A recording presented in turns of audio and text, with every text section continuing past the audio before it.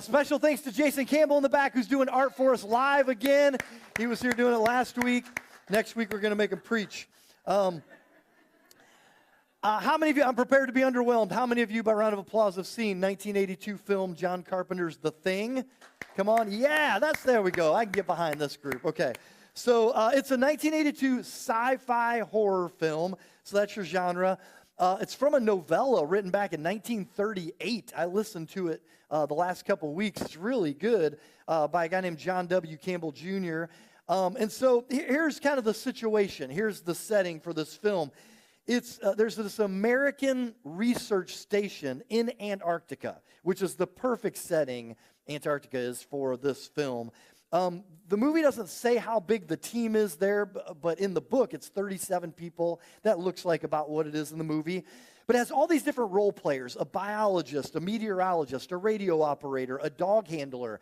The team also has a helicopter pilot, and that's played by Kurt Russell. Kurt Russell's always teaming up with John Carpenter. Several films as director and actor. But the film begins in Antarctica, and it begins with this low hovering helicopter that is through the snow. There's this dog trudging through the snow, a sled dog, a wolf dog, and this low hanging helicopter with a couple of Norwegian guys in it. They're flying real low and shooting at the sled dog. And this dog is working through the snow, just trying to get away. Like, what in the world is happening here? Well, eventually, the sled dog makes it to this American research base, which is the main setting for the film. And it kind of makes it there, and people come outside, and they see this low, hovering helicopter with the two Norwegian guys on it. Well, the Norwegians land the helicopter, and they get out, and they proceed to continue to try to shoot at the sled dog. And the sled dog eventually runs over to some Americans who come outside, like, what is going on? The helicopter lands. The two Norwegian guys get out. They're yelling stuff at the Americans. The audience and the Americans in the film are confused. We can't understand what the Norwegians are saying. But eventually, one of the Norwegians gets out a grenade and drops the grenade and accidentally blows himself and the helicopter up. So now there's one Norwegian with a rifle, and he's shooting at the sled dog and eventually accidentally shoots one of the Americans in the leg. Well, then it's, all bets are off. And so the station supervisor eventually shoots that last Norwegian guy out of self-defense to shut down whatever the issue is that's now become deadly. And so we're kind of begin knowing something isn't right here. Like, this is strange. Are these Norwegians, are they stir crazy and they have cabin fever because this is Antarctica? Is it that dog ate their last frozen cheeseburger and there's none left? Or are they just cat people instead of dog people? Like, that doesn't make any sense. Who would be a cat person instead of a dog person, So there has to be something else. So it turns out this dog isn't what they think it is. And it gives you that hint right away whenever the dog's like wandering around by itself now. It'll just these random shots of the dog looking out the window with ominous music playing. You're like, something's up with that doggy, okay? And so it keeps focusing on the dog. Till one night, the dog handler, Clark, kennels that Norwegian sled dog with about a half a dozen of the Americans' sled dogs in their kennel. And the other dogs just, once the humans leave, the other dogs start barking at this newcomer dog. They just start going nuts until eventually you see this disturbing metamorphosis happen. And, for 1982, it was pretty darn good effects because you're just like, ew, what's going on? But that dog's head kind of blooms like a flower. And there's this grotesque, fleshy thing inside of its head. And tentacles and insect legs start coming out of its torso. And it starts shooting a fluid like a garden hose at the other American dogs that looks like maybe it's digestive fluid, the way that it starts affecting those dogs. And then one of the American dogs starts chewing its way through the chain link fence that is the cage, trying to escape. And so finally the Americans hear all the commotion, the dogs barking in the kennel, and they all come together to go check on it. They're like, something's going on in the kennel. So they all get there, and what they see there, you almost can't explain it, the effects and what's going on. You can't explain what you're seeing in the scene. It's a thing in the cage with these dogs, and it has started to absorb these other dogs. And so it's assimilating the other sled dogs that are in the cage, taking them in, and it seems to be creating newly formed dogs out of itself. It's bizarre. And so the Americans eventually torch this new dog thing, this blob that's forming in the center, and the original thing, whatever that is, it escapes and leaves behind this pod. It escapes out of the roof. So the team is horrified. They're like, something is on the loose in our camp, and it's left this pod that seems to be creating new dogs like our dogs. So eventually Blair, who's the senior biologist, he autopsies the burned dog thing that was in the kennel. And he cuts it open, and inside of it you see these distorted dog-like parts, malformed dog heads and all this. And the biologist says this. He says, see, what we're talking about here is an organism that imitates other life forms. And it imitates them perfectly. When this thing attacked our dogs, it tried to digest them, absorb them, and in the process, shaped its own self to imitate them. This, for instance, and he points to a part that's in this mess. He says, this, for instance, that's not dog. That's imitation. We got it before it had time to finish. And one of the other people says, finish what? And he said, finish imitating these dogs. And so eventually they go to the Norwegian base and they find some video footage. What were the Norwegians up to, and what did they come across? Until eventually it leads them to an excavation site that the Norwegians had discovered. And they blasted it to find whatever was here in the ice, buried in the Antarctic ice. And they find this partially buried spacecraft. And near it, there's a chunk of ice that was taken out where they clearly took a creature that had been a part of this ship, and they took it back to their base in a big block of ice. And so now they're starting to put things together that this thing, the biologist guessed that this had been here for about 100,000 years. This thing, whatever it is, it's ancient and it's alien, which, by the way, that would make a great show for your dads to watch, wouldn't it? Ancient aliens, like a pseudo-scientific, pseudo-historic. Is my stepdad the only one? Okay, it must be. So anyways, so this thing that's running amok in the frozen tundra and within their camp, it's a shape-shifting alien, and we saw it first in the form of that sled dog, and it can take on the shape of any living organism. It can even take the form of a human, which we learned that the thing, it can assume the memories and the personality of whatever it devours. And so once it becomes something, it can talk as if it were them. So this leads to the rest of the movie, which is nothing but suspicion and chaos. Who has been assimilated, and therefore now it's an imitation of themselves. So people are imprisoning one another. I think he's the thing. And they're locking people out in the Arctic cold. There's suicides to avoid assimilation. There's incinerating corpses after they're deceased because that might be an alien thing. And everyone is paranoid, wondering who is their authentic self versus an assimilated thing. Now, I, as an adult person, believe in monsters, and I definitely 100% believe in John Carpenter's The Thing, because John Carpenter's The Thing is any creature that assimilates, takes in, digests, assimilates, and imitates. Okay, so turn to Ephesians chapter 5. That's why I got this tattoo.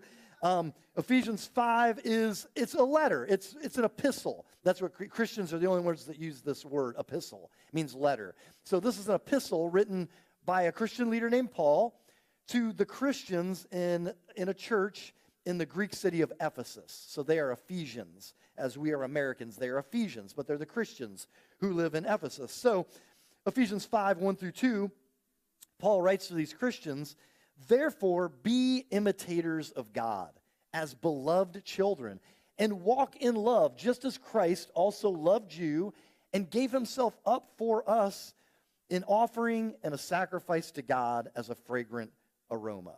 Okay? So this is originally written in the Greek language by Paul, and the word right there for imitators is mimetes in Greek, which is where we get our English word mimic.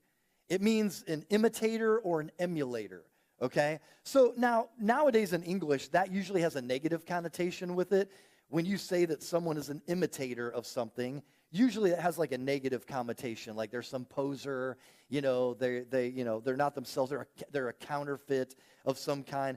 But in Greek culture and language, this word was typically used in a positive sense, like the way that an artist might learn about the greats of that art, painter, a sculptor, an actor, and they would learn what the greats did, and some of their study would be to imitate those great orators or whatever, and also to come up with their own style. Like, you see that today, somebody who's a guitar player might say, man, I listened to all the greats, Jimi Hendrix, Eric Clapton, Eddie Van Halen. They might list people that they imitate, but it's not like the goal is just to become them. It's to steal things from their skill set and learn, like, I never even thought about doing that. I'm a lefty, so I'm going to go Jimi here, Jimi Hendrix. Like, I never even thought of doing that. Like, that's pretty dope. And it doesn't mean they're just trying to be a counterfeit copy of that person. They're trying to build their skill set. You see it in sports. In the NBA, you might hear a player say, man, I've watched so much footage of MJ or Kobe or LeBron, and I see little things that I steal from their game. But when they're running around the court, it's not like this person just trying to look like LeBron or Kobe the whole time they're out there, but they've learned specific moves or specific shots by studying other people who are the greats. And so imitation is common in art and sports and all that. And, people have said imitation is the sincerest form of flattery. Yeah, it's someone saying you are worth studying and copying and imitating. So the word imitation in the Greek, mimetes, it's always positive in the New Testament. The part of the Bible that's Jesus and after. It's always positive, and it's only used by the Apostle Paul, funny enough. But so the command to imitate God, if you're newish to church, that might sound really weird. Like, how do you be an imitator of God? That's strange, but it's a thoroughly biblical idea. It is throughout the scriptures constantly. In fact, here in Ephesians 5, it tells us to imitate God in verse 2 by walking in love, in verse 8 by walking in light, and in verse 15 by walking in wisdom. These are just ways that we imitate God. And so the character of God's people, anyone who decides to follow Jesus, become a follower of Jesus, the character of God's people should reflect the character of God. There should be ways more and more that we reflect the character of our Creator and what his attributes are. When our youngest son, who's a senior in high school now, Journey, when he's in preschool, he'd have half-day preschool, and often I would pick him up, or on my day off at the very least, I'd go pick him up. Once me and my wife Shannon had a parent-teacher conference with his teacher, Miss Majors, and we knew her well. She had also been the teacher for Aslan. But, we always go into this kind of humble, like, man, we think our kids are smart. Everybody does. Our kid's a freaking genius. He's a genius. And so we go in, but we're like, she might have some stuff to tell us that he has to work on, or we need to read to him more, or whatever. And so at the end of the meeting, she said, well, one action step that I usually give to the parents, he's doing really well. One action step I usually give to the parents to work on with their child, it really isn't really applicable to you guys. So thanks for coming in. We're like, oh, wait, what do you mean? Like, what's the action step? And why doesn't Journey need to work on it? And she said, well, usually I tell parents to work on this with their kids, the issue of rhyming. But Journey doesn't need to work on that. And we're like, well, why? And so she was like, well, we usually have like a stopwatch that we set, and we quiz the kids how many rhymes can they come up with in a certain amount of time. And we like to see students get like 8 or 9 rhymes. And she said, Journey broke the preschool record. He had 24. We're like, 24? Like, what? And this is the first time hearing anything about this. So when I was like, he's a good rhymer? She's like, yeah, oh yeah. When he did the test, I stopped and was like, wow, Journey, that's really good. She was like, wait, isn't your daddy a rapper? And he went, wep, which is his way to say yep back then. He'd always answer wep, which also is a rhyme. It's just an incorrect word. But so just like, yeah, wep. And so I was like, are you kidding me? So I went home and I was fascinated because I never knew this about Journey. And so we were in his room that night, and he was kind of doing something, playing with a toy. And I was like, dude, your teacher said you were an incredible rhymer. And he just kind of did this humble smile. He wouldn't even look at me. And I was like, she said that you did the best of anyone ever in preschool there in the rhymings test. And I was like, so can I do some rhymes with you? Wep. And I was like, okay, let's do it. I was like, what rhymes with like walk? Hawk. I was like, dang, you went Marvel on us. That's sweet. I was like, what rhymes with hello? Yellow. I was like, yeah, yes. And I was like, so we just kept going through. I was like, this is insane. This is so awesome. And then I started feeding them stuff for the next quiz. I was writing a song at that time. I was like, if they ask you anything about rhyming, say, there's violence in my jams, like Silence of the Lambs. I was like, give them multi-syllabic rhymes, you know. And and so it was great. But one day I picked him up from preschool, and it was just me and him. I'm driving. He's in the back in the car seat. I'm looking at him in the mirror. And he said, hey, Daddy, he said, am I the best rhymer in my class? And I was like, your teacher did say you were the best rhymer in your class. I said, so yeah. And he said, am I a better rhymer than you? And I looked up in the reader. I was like, no. Okay, look at me.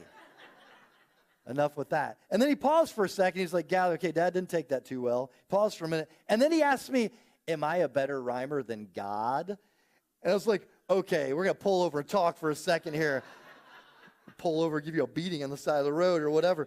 Okay, but here's one of the things that kids love about their kids, or parents love about their kids, is when you start to see some things like, hey, they have this thing that I have. Or they've copied and imitated something that I've shown them or taught them. Like, I think one of the funnest things about being a parent of a little kid was they'd always want their own fake little cell phone. For us, it was back in the flip phone era. Can I have a cell phone? Because Mom and Dad are always on a cell phone. They flip open, they walk around, have fake conversations with their friends. Or can I have a laptop? So we'd find some busted laptop. Didn't work anymore because they wanted to work on the laptop like Mommy and Daddy work on a laptop back when they weighed 24 pounds, you know? It's like, man, but God is the exact same way. And it's really cool to be like, man, God wants us to be imitators of him and to learn to emulate and imitate his character. Things that he is good at, things that are him. His patience. He wants us to learn from him. His faithfulness. His truth-telling ability. It's not always popular to tell your friend one-on-one something's hurting them and to be a truth teller. But he's a truth teller. Self-control, a servant's heart, demonstrating his love through sacrifice. Like, these are things that God's like, man, I love it when my adopted children, followers of Jesus, adopted into the family, I love it when they show this stuff, that they're good at this, at generosity. Gosh, it makes God's heart swell to see us being generous or pure in some way. And so, in fact, the word Christian, you might know, means little Christ. And that also has like a negative connotation with it. You know, we're such a little Jesus. But that's what it means, is I'm trying to be a little version of Jesus. I'm trying to copy him, trying to be like Jesus. And so it means to imitate him. And Christians, once you become a Christian, you've been recreated, and you're being recreated. You're being changed into the image of the Father by the Holy Spirit that lives inside of you. And over time, you should more and more bear the family resemblance.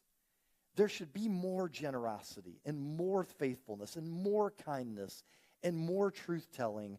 And so why does Paul tell Christians in Ephesus, be imitators of God, mimic God? Well, I think partly because we are so prone to imitate anything but God.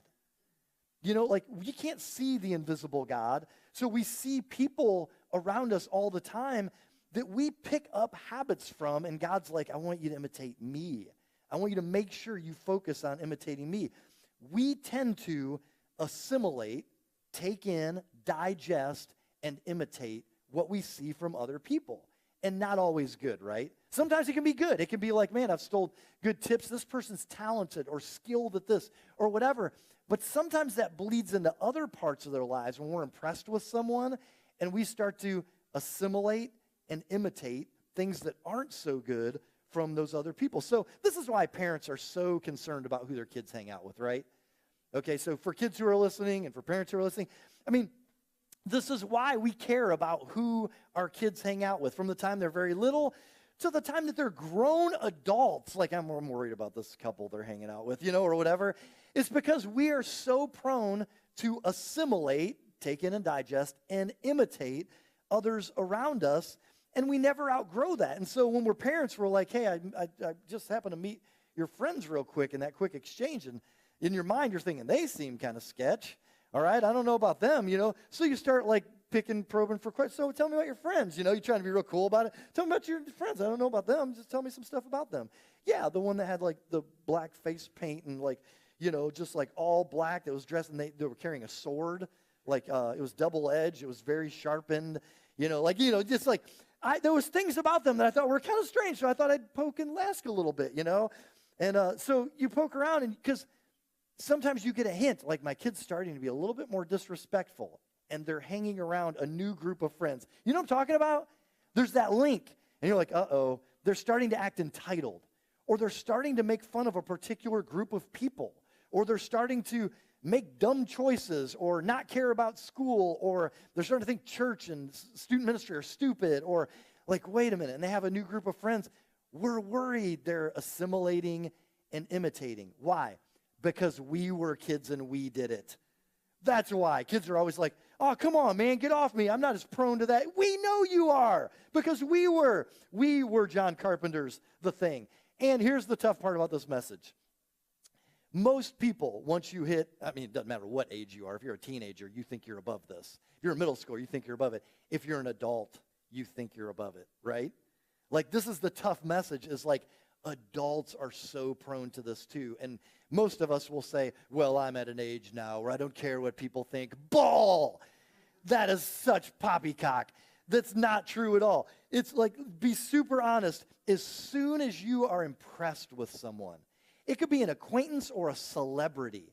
As soon as you're impressed with someone, you have to be aware of your temptation to assimilate and imitate. Like, yeah, there's good things about them. Man, I'm really impressed with that person. They're really good with money. I really like their style, their fashion, whatever it is.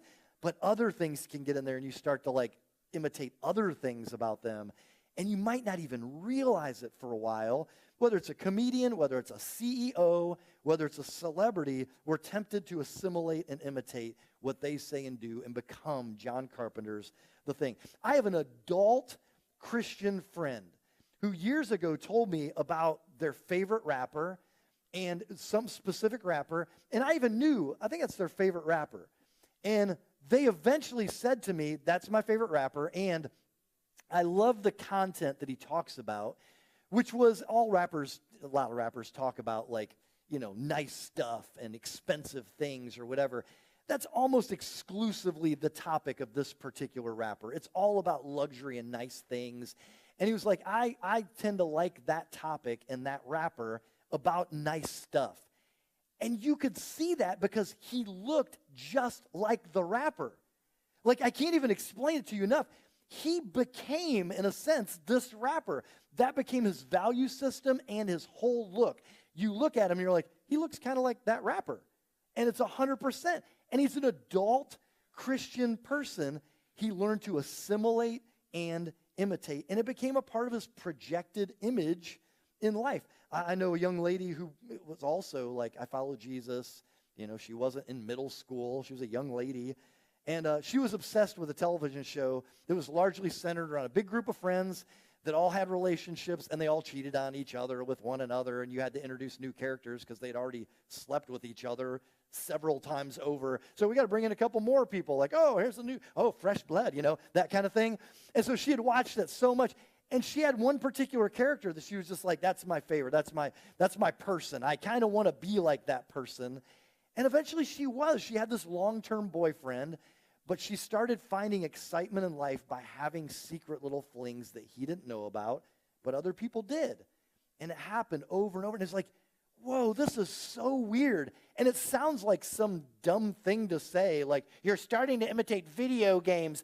But she did. She became this character in so many ways and just cheated and had these exciting little flings. And eventually, when it all blew up and her double life came to be known, she had to fight to keep her long-term boyfriend, who had been cheated on so many times by her, as she essentially acted out these stories that she watched and digested every day and learned to imitate them also. For me, I know I have to be careful of when I get impressed by athletes. There are athletes who I'm like, dude, I love his game, whatever it is. I like football the most, but I love basketball and curling. I love all of it, just all of it. And so I'm like, but I have to be aware of, like, one example is George Kittle, a tight end for the 49ers. I love George Kittle. He's not a Christian dude, but I want all my teammates and anything I play to be like George Kittle. He keeps it fun for everyone. He reminds people this is a kid's game that we get to play for money. And he has fun, and he's encouraging, and he's always building people up. But he's not a follower of Jesus. I watch Receivers on Netflix with my wife Shannon and Journey. Journey was rhyming the whole time. But we were watching on Netflix, and I see other parts of Kittle's life, and I'm like, well, yeah, I don't want to emulate that or that or that. But he's a great dude. But I have to draw lines in my mind. But there's other ways that I would never want to imitate. As a great teammate, I absolutely want to be the kind of teammate that George Kittle is and his work ethic. But there's other stuff where I'm like, yeah, and not so much. But there's a lot of great stuff about me. You got to draw, here's my boundaries. Jeremy Speth, who leads our monthly event, Rigs and Coffee, he texted me yesterday after Rigs and Coffee and then Trunk or Treat. And he said, hey, did you get a chance to try into that coffee that was there today? He always brings some new type of coffee to Rigs and Coffee that he's usually pretty proud of. And, hey, that was a really good coffee, wasn't it? He said it was wood fire roasted from a roaster in British Columbia. And I texted back, was it good? And he's like, I'll bring you some tomorrow. So a lot of times he'll bring me, what's left in the coffee bag. Today, I show up at church, and he gives me this. I was like, is this legal now? It's coffee. But I'm like, man, you got to be careful who you hang out with. Jeremy Speth giving me baggies of stuff at church. Even at church, you got to have your guard up. Man, so here's the thing. I think just admitting and being aware of our susceptibility, can I even use the word our vulnerability, even as grown, I don't care if you're in your 60s or 70s or retired, we're all vulnerable, I think, to be like John Carpenter's The Thing, and we're impressed with someone. And then all of a sudden, we start to maybe love what they love and hate what they hate and adopt their soapboxes. I've seen it a million times in myself and people around me who think they're above it. They adopt the soapboxes of because that person's funny or pretty or good looking or smoking hot or whatever, and they start wow. They start picking up other characteristics. It might be I hang out with people and I start to recognize in myself, and I start to self-police or have accountability through friends, that I've noticed now that I hang out with this person, they complain about their boss all the time, and I'm starting to complain about my boss more.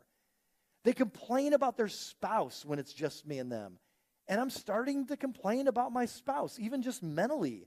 I'm starting to do it. I almost did it out loud, and I realized, dang, I'm starting to assimilate and imitate this new, and I love this person, but there are some negative things about them. They aren't Jesus Part 2, the sequel.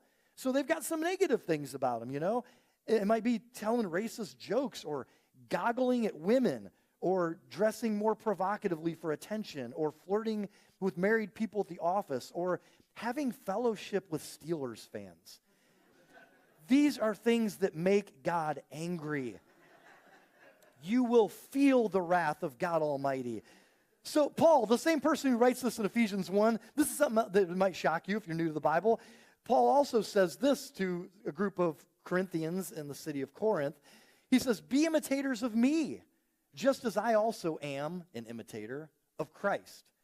In the NIV, and NASB, the New American Standard, by the way, is probably my favorite version, just because it's a literal translation. No matter how awkward the English is, we're just going to make it as literally translated as we can, even if it's bumpy, which it is kind of bumpy here. But the NIV, the most popular, very clearly, follow my example as I follow the example of Christ.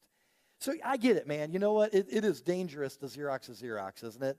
Have you ever had a teacher who handed out handouts and you're like, how many copies has this been through? Copy of a copy, it's got noise on it. You're like, man, oh man. Yeah, that's dangerous. Yeah, sure. The supreme model is God himself. Absolutely. Ephesians 5:1. Sure, all Christians are imperfect. Absolutely. If you follow me as I follow Christ, beware that there are going to be some negative things you'll see in Dan and be like, ooh, that's not like Jesus. Maybe I shouldn't emulate that. And sure, we have to filter what we learn, even from other Christians. But there's something so powerful about being able to watch and take notes of a mature disciple of Jesus in Mo Group. A mature disciple in Jesus that we go golfing with. Mature disciple of Jesus that we hike with or fold clothes with or have a play date with or whatever it is. There's something so powerful about that. Seeing a Paul who's doing their best to follow Christ and being able to steal notes on how they friend and how they parent and how they spouse, you know. It's so powerful.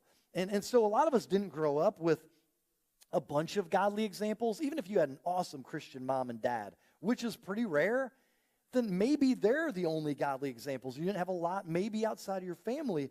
So this is, a lot of people didn't grow up with a lot of godly examples.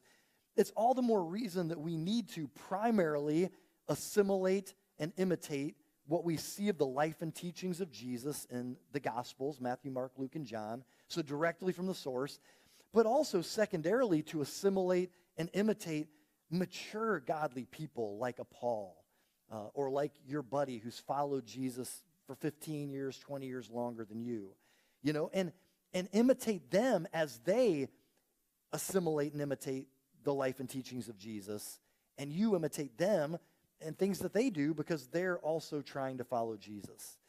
In the sci-fi horror film, John Carpenter's The Thing, you never really get a sense of the true form of The Thing, okay?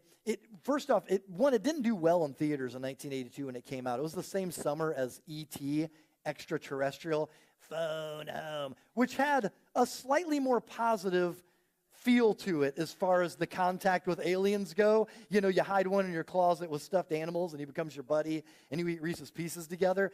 Well, The Thing was not that. So people hated it in the theaters except for maybe like teenagers and sci-fi horror fans. But then when it went to home video, it essentially became a cult classic. Like, people love this film generally if you like sci-fi horror. But one of the things I never liked about it the first time I watched it was it's kind of abstract in nature, The Thing is. You can't describe what it looks, even trying to describe to you when it's changing.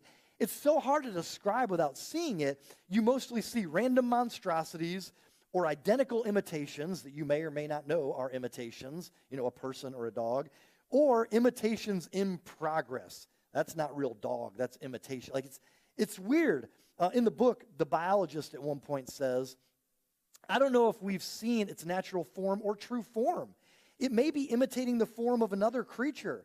When the dogs, the sled dogs that were the Americans, when they attacked it, it turned into the best fighting thing it could think of. Some other world beast, apparently. So they're saying, even when we see something that's not Earth-like, a creature, it might still be imitating something from another world that it's been to, and it might not be its true form. Like the thing, you just can't put your arms around because it's constantly imitating, shifting, and changing.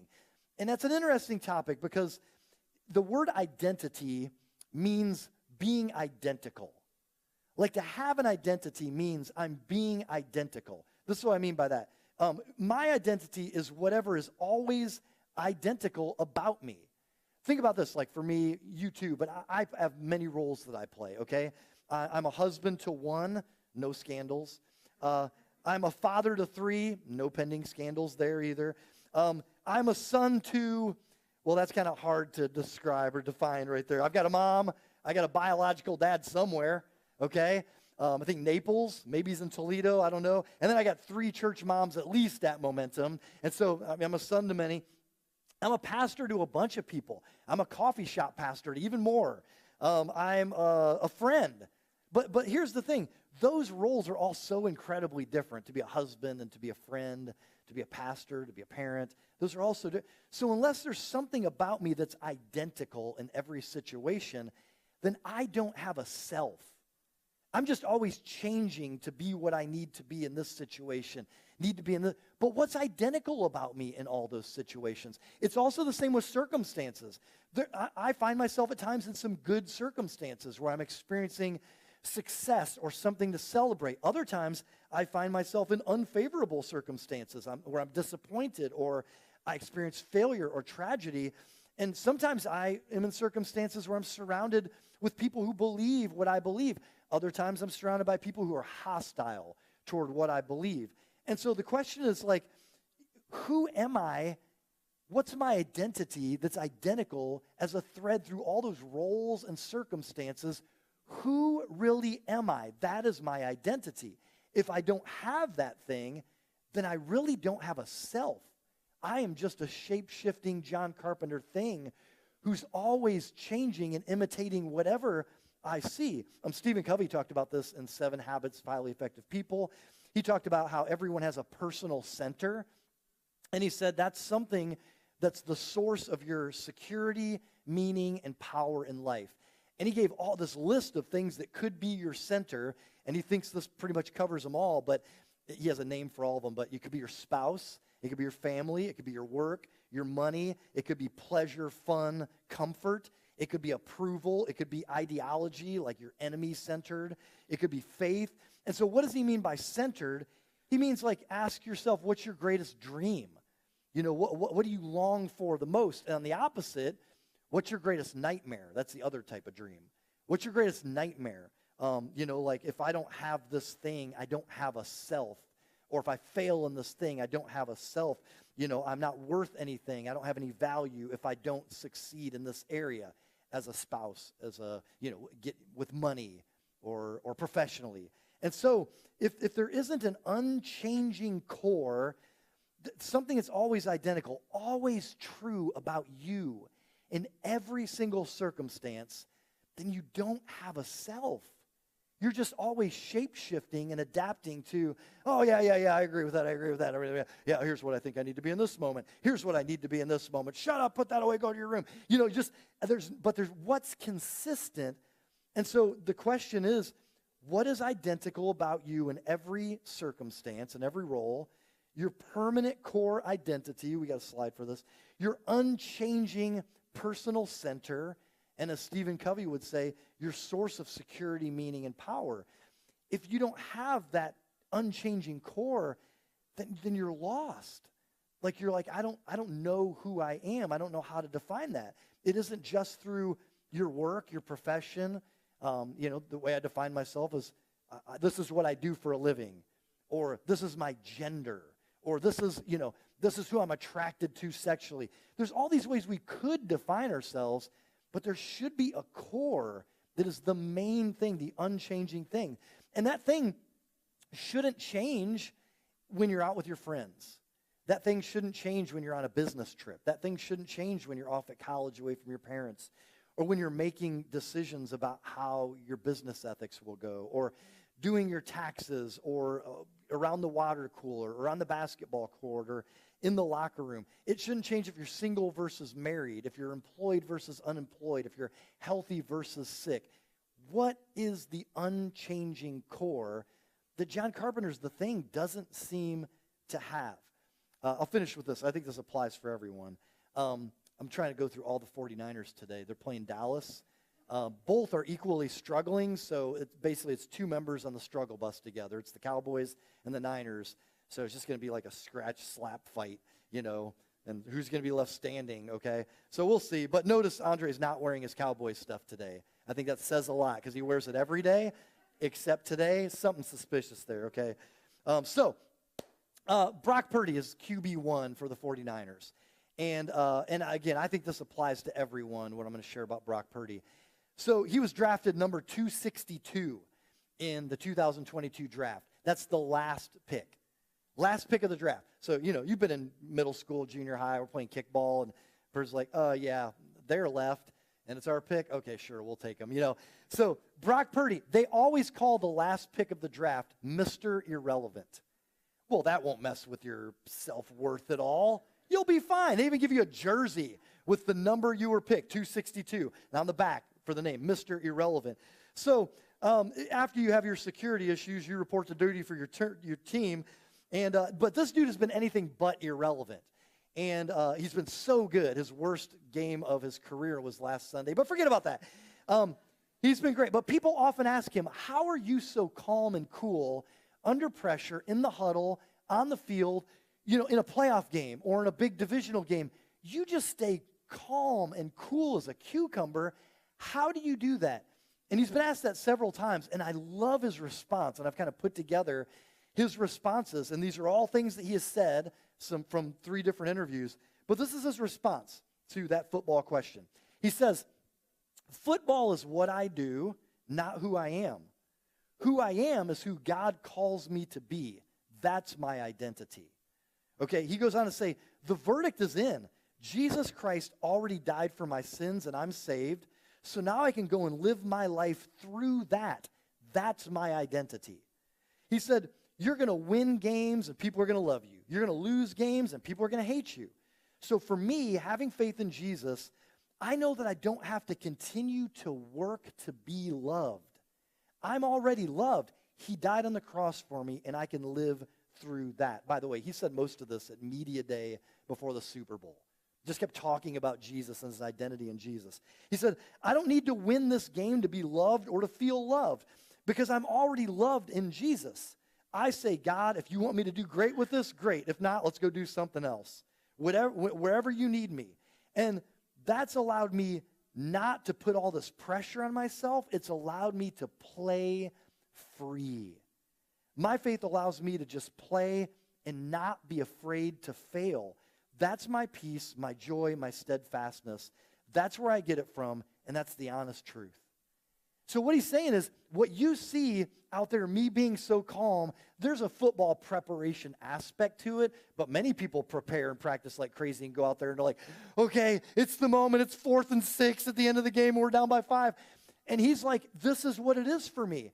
I know if I throw a pick or I mess up or I screw up and we lose this big game, it doesn't change who I am. I am loved.